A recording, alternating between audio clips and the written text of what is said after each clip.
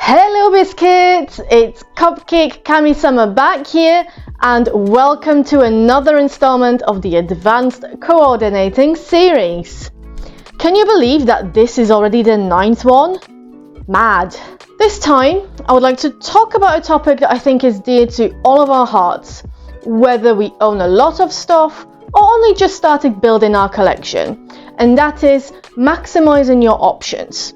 Because sure, shopping is a very fun part of Lolita fashion, but to me, the actual point of it is wearing it. If you're here for the collecting, that's very valid of you.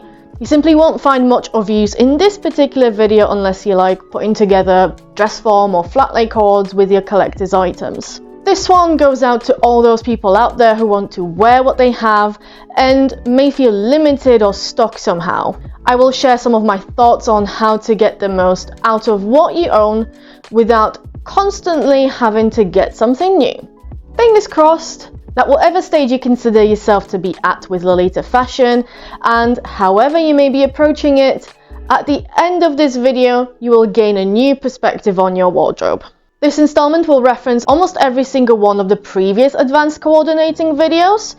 I will do my best to link the individual ones as I mention them, however, YouTube does limit me to only 5 cards per video. So if you want to refresh your memory or would like to catch up on those first, here is the link to the whole playlist. For everyone else who is staying here, before I do get to addressing the topic at hand, I would like to encourage you to subscribe to this channel if you are new to it. It's always so motivating to see how many of you are finding these interesting and useful, and I do my best to, once a month, put out the sort of content that I think would have helped me when I was coming to grips with the nitty-gritty of Lolita fashion, beyond just the beginner tips.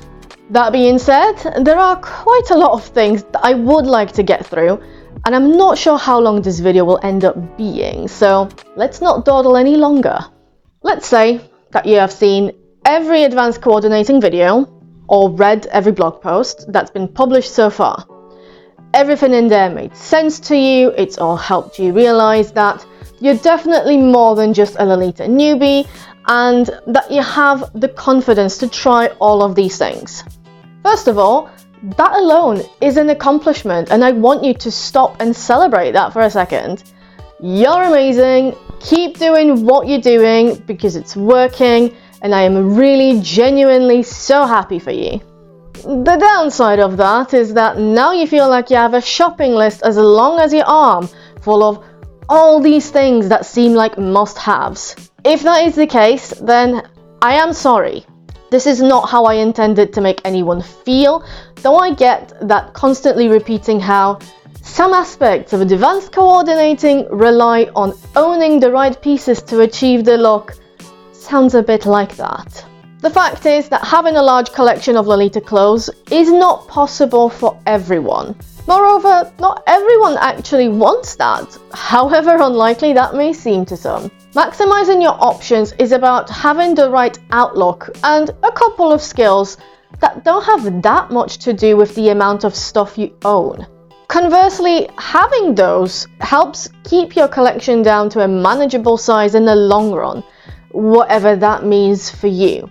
It's good for storage space, it's good for your budget, it's good for getting the creative juices flowing, it's just good all around. Besides, even those of us who do have large collections sometimes need to squeeze the most wear possible out of just a handful of pieces, building capsule wardrobes for traveling being the most common example. So being able to do that, knowing how to go around it, is definitely one of those things that everyone can benefit from. Unlike those previous advanced coordinating videos, where I presented you with different facets to a topic, usually in an ascending order of difficulty levels, this one will keep things a little bit more independent from each other. It should be easier to pick one or two that fit your style best, and ignore the ones that don't. In fact, I wouldn't necessarily advise that you apply all of these ideas at once. Not only it'll get overwhelming, but it's simply not always necessary. The 4 main ideas that I will discuss in this video are hair and makeup, planning, mixing sets, and thinking outside the box. I have already talked about hair and makeup at length. That was the very first advanced coordinating video, because it's the one that literally doesn't require you to buy anything. Definitely check that out for more details. The example of how different hair and makeup stylings affected the look of a single OP drives the point pretty well. But it is worth reiterating how much change you can achieve with simple things like a different coloured lipstick or having your hair up versus down. And especially when you only have a little to work with, being by circumstance, like just starting out, or by choice, like travelling, switching up the styling can give you that variety without ever needing to buy as much as a new hair clip. But I wouldn't be me if I didn't try to prove this further. The example from the first advanced coordinating video, that using the OP that I already mentioned, was staged and prepared especially for that occasion. So let me show you something based on real life from when I last travelled to Poland in November 2021. Being restricted by a small suitcase didn't stop me from getting the most out of what I could pack. Obviously, the outfits you're seeing on screen now use 2 different skirts, but except for like 3 pieces of accessories, everything else is exactly the same. And even if I covered up the skirts, is it those accessories that create the biggest change between those 2 looks? Or is it the hair and makeup? That was just what I could do with the least amount of effort and items packed. And even then, had these 2 not been shown side by side, the fact that it's basically the same coord with a different skirt would have gotten lost on most people. This goes to show that you really don't need much to get the most bang for your buck. Sure, the more skilled you are with hair and makeup, the more of a striking difference you can achieve. However, think about how much you need that level of impact. If you wear Lolita at most once a month, then probably enough time will pass between you reusing the same outfit to only need a small change of direction with styling. And if you are someone who wears frills daily or very regularly, then why put yourself under the pressure to make the biggest change possible every single time? Aren't there more practical things to consider first? Despite what living in a world driven by social media makes it seem, you are not under constant scrutiny. Cut yourself some slack. Re-wearing outfits is perfectly fine, it's sustainable, practical, and we all do it. Earlier I said that I don't want anyone to feel like the only way to maximize the potential of their wardrobe is to buy a whole load of different things. That point remains. However, there is a degree of planning that you simply can't avoid if you're trying to squeeze the most that you can out of your collection. Packing for traveling and building capsule wardrobes are the more extreme or circumstantial examples of that, and you can gain a lot of versatility if you're able to dedicate some time and space to figure out where your wardrobe as a whole is going. Again, I'm not trying to force anyone into a single box. I'm certainly not in a position to be shaming any fellow chameleon Lolitas out there who own a little bit of everything. But because I know firsthand what it's like to deal with having a little bit of everything and trying to make it all work together, I know exactly how beneficial having an overarching wardrobe direction is, and that can only be achieved with a little bit of planning. The good thing here is that it doesn't have to be a whole lot of planning. Packing demands that you plan quite strictly depending on how much you're physically able to bring, whereas your wardrobe as a whole can be a lot more loosely defined. Picking even one thing to focus on with your style gives you an anchor to refer to when deciding whether to keep something or if something might be needed or useful. And that thing you pick could be quite literally anything. Substyle is the obvious first choice for most, and I think that at Pretty Night Laurie does it exquisitely well with not just orgy, but sweet orgy at that.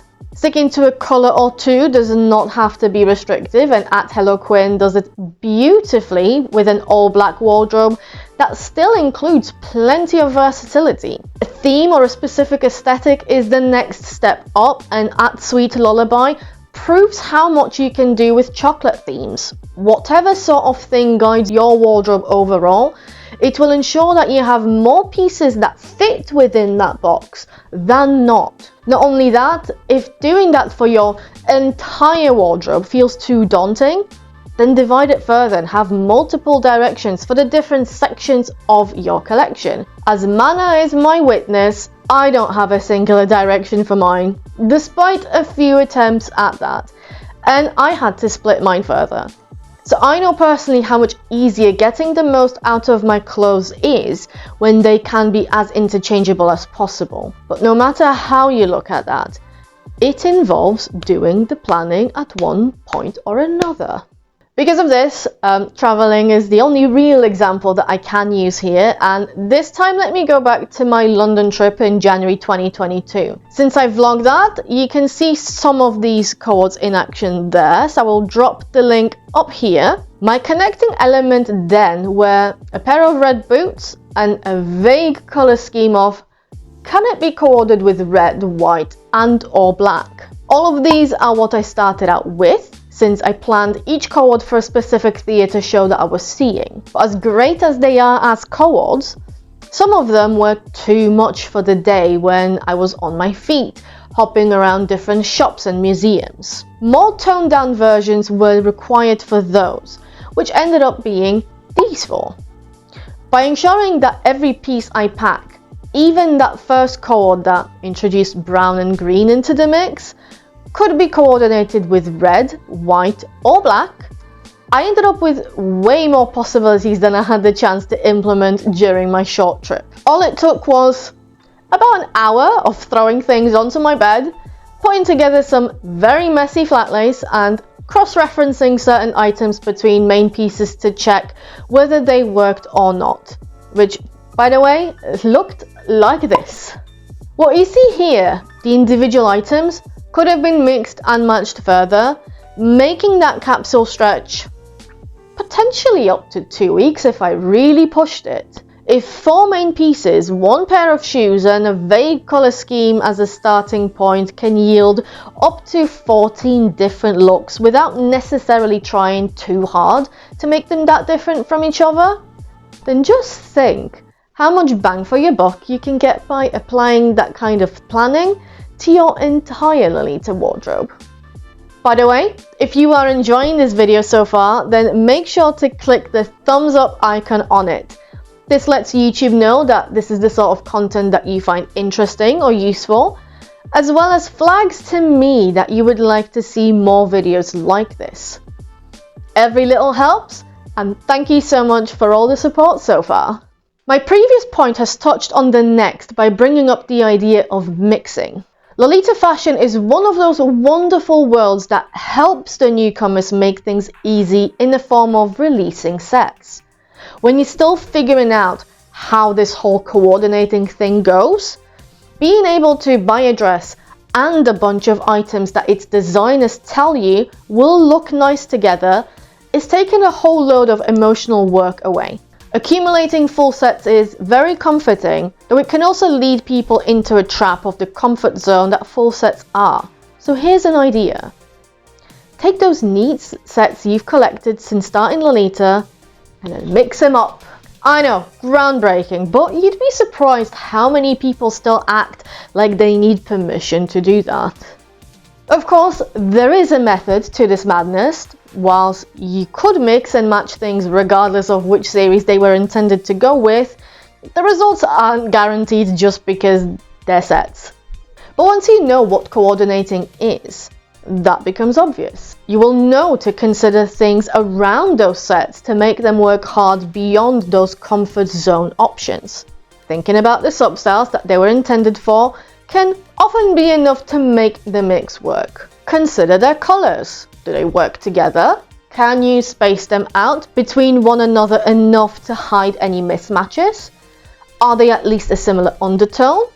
Could you mix two in a more unexpected way? Look at the themes, at the motifs within these pieces, if they are printed or trimmed with any particular things. but also at the themes that you could add to them. And remember that what constitutes a set doesn't have to be the handful of items that the designers released along with a dress. Anything that works together and can be added to an outfit without any further changes is a set, like a cardigan and a pair of socks, regardless of who released them, when, and what for. For example, this cord with Hey Nuli's Just One Bite and this one with Baby's Polonaise Brillante both work despite not having a lot in common, because the base set, that is the blouse, headdress and the apron, cement a folksy theme that either print can pull off. Simply switching up the way you think about sets can open up a whole bunch of outfit options and possibilities for mixing and matching. But I know, in the context of the whole Lolita fashion community, I tend to be the outlier in that I rarely buy an entire matching set for a release. And I also have almost 11 years of collecting behind me to fall back on, which someone who is still building their wardrobe won't. I dug through my photos to find some viable examples of mixing and matching an actual complete set, and came up with a few that use pieces from Baroque's Repose of Queen series. The only time I've worn the set as a set was for the 15th Around Your Wardrobe in 30 Coordinates prompt, which was about putting together a look that follows the rules. The tights and headbow from that release are both neutral in colour and versatile in theme to go with plenty of more things.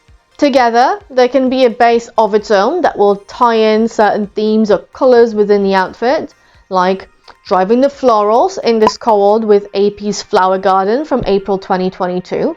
Or they can be used separately, which I admit I've done more with the tights than I have with the head bow, purely because of how large this bow is. So for that, I only have a flat lay using Baby Soiree of the beginning of my memories, which I do hope to wear one day. Once again, the flowers work nicely with that print, and the ornate furniture printed on the head bow complements the overall Rococo vibes of the dress, whereas the tights work equally well in adding some depth and interest to a solid coloured main piece, like in this classic cord for the 8th Around Your Wardrobe in 30 Coordinates one, or to tie in the colour palette of this dark classic look from April 2021. The key here is to bear in mind that coordinating is not the same as matching, and that a set can be more than just a bit of the same print or fabric as the dress that it was designed to match. Coordinating sets, like coordinating outfits, involves colours, motifs, themes, vibes, all of which you can coordinate, complement, enhance, evoke, and generally use to your advantage however you can think of. That is how you will maximize the options of your wardrobe. And by thinking outside the box and by thinking beyond labels, which is the final point that I would like to make here. Sure, there is plenty of scope for thinking outside the box within the points that I have made so far. Many of them practically boil down to, if you want the most bang for your buck, then think laterally. What I mean here specifically is using the items that you have in ways that they weren't necessarily designed for. A dress can be a dress, but it could also be a blouse, an underskirt, a skirt, or a cape. Placement of items also comes into play here. A hair clip can go almost anywhere on your hair, but also on your beret, on the skirt of your dress, on your shoes, on a chain to become a necklace, on your bag as a charm, on your chest as a brooch. And then we get to the more obvious thing of many dresses coming with detachable parts. Put them on dresses they didn't come with. Put them in places they weren't advertised to be used, as well as add and remove them as required. Literally, the sky's the limit here. Using your collection in atypical ways can change up the look or even a silhouette of a cord that you've worn before. You can use this trick to add depth to an outfit, or it can help tie your theme a bit more.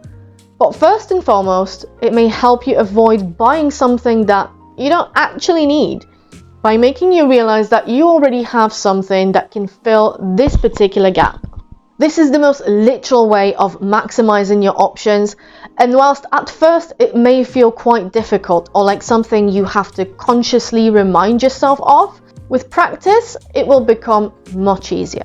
Having a very thorough wardrobe post will certainly help you keep track of what you own so that you can reference that when looking for something to use.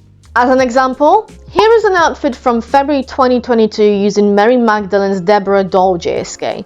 First of all, this entire cohort would never have come together had James the Enthusiast, the photographer who edited those, not approached me with an idea for a Valentine's Day witch look. That was already an outside-the-box prompt for me that got my creative juices flowing. Once they did, a whole bunch of ideas rushed to my head, most of which you are seeing here.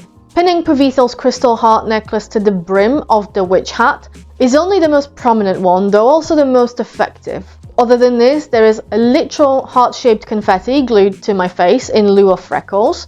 There is one brooch pinned to the belt around my waist, and another one pinned to a velvet pouch, which is actually a card game. On one of the final pictures, what I use as a supposed spellbook is actually a dream dictionary, if we extend this idea to props and not just the outfit itself. The other ones are not as big or as unconventional as the necklace on the hat, but given how striking that is, they didn't need to outmatch it. Altogether, they create a look that is cohesive, as well as on theme for the prompt given to me. With a bit of creative thinking, a bunch of safety pins, and maybe some eyelash glue for good measure, you will probably have enough to bend the world to your will, instead of having your will bend to the whims of the world. One final thing to bear in mind with maximizing your options to sort of tie all that I've said so far is that you should keep in mind that the most creative examples of doing so usually come from a place of need or from a desire to go over the top.